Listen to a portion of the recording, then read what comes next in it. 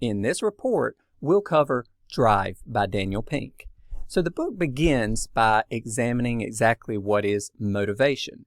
And specifically, the author tries to link motivation to performance. And he does so by talking about the individual factors and why we are motivated by different things, how that relates to engagement in the tasks that we undertake, and how that engagement relates to a level of output or performance. And he examines somewhat the history of motivation and how in organizations we try to motivate others.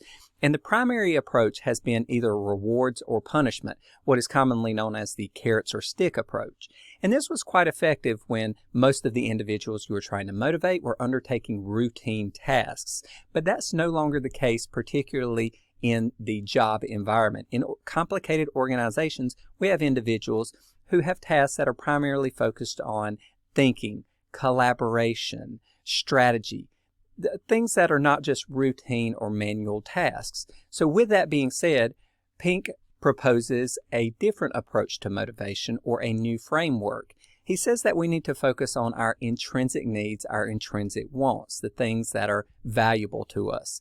And he says that the key to that come in three forms. That is, we need autonomy, we need mastery or becoming a master of what we do, and then purpose. And he breaks down each of these. First, there's task.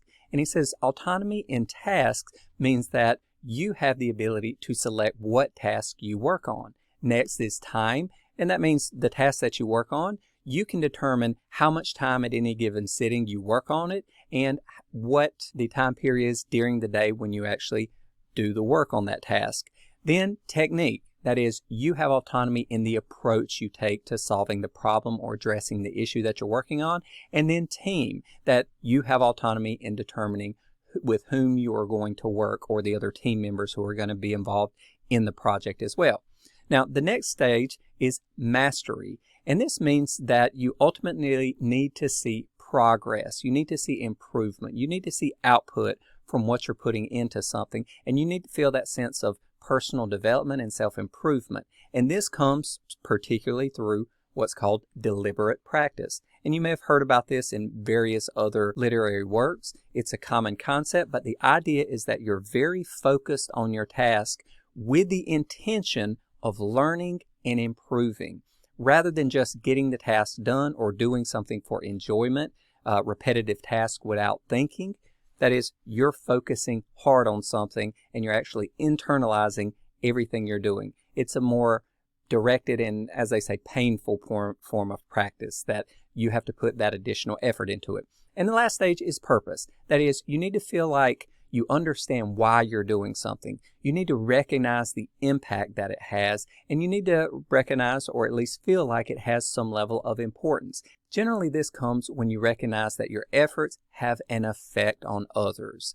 So these are the three stages that you need for intrinsic motivation.